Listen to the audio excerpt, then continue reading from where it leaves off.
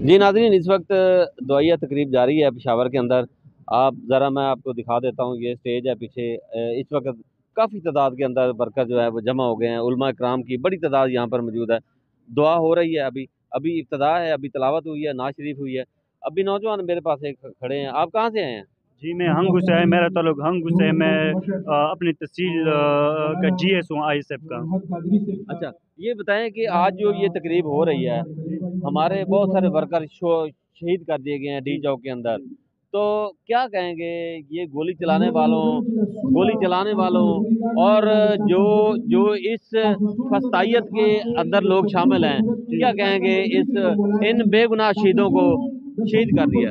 जी मेरा तो पहले तो मैं जितने भी हमारे शोधा हुए उनको मैं खराज तहसीन पेश करता हूँ। मैं उनकी माँ को सलाम पेश करता हूँ कि जिस तरह बहादुर बेटे उन्होंने पैदा की। उसके बाद मेरे पे हम इन लोगों के लिए है जो उन्होंने गोलियां हमारे ऊपर चलाई है। उनका ख्याल है कि जी हम इनके ऊपर गोलियां चलाएंगे तो फिर ये डर जाएंगे, फिर नहीं आएंगे। पहले लोगों को थोड़ा गोलियों का खौफ था, वो खौफ भी अब लोगों का उठ चुका है। अब दोबारा जब हम आएंगे इंशाल्लाह, जिस तरह हमारे सीएम ने कहा है कि हम इस बार इमरान खान से हम कौम भी उनसे यही मुतालिबा करेंगे कि आपने हमें पुरअमन क्लब नहीं कहना। फिर जब हम जाएंगे हम असला उठा कर जाएंगे। जब उन्होंने कोई फायर करने की स्नाइपर उन्होंने बिठाई, दोबारा अगर फायर करने की कोशिश की उन लोगों ने, तो फिर हम भी वो करेंगे उन लोगों के साथ। फिर पठानों का तरीका तो उनको पता है। जिस तरह उन्होंने पठानों के ऊपर जुल्म किया, बेगुनाह लोगों के ऊपर जो हमारे साथ डी चौक में गए थे, उनके अलावा जो वहाँ पर हमारे मजदूर थे, उन लोगों के साथ उन्होंने जो किया, इंशाल्लाह इन सब का हम एहतसाब लेंगे।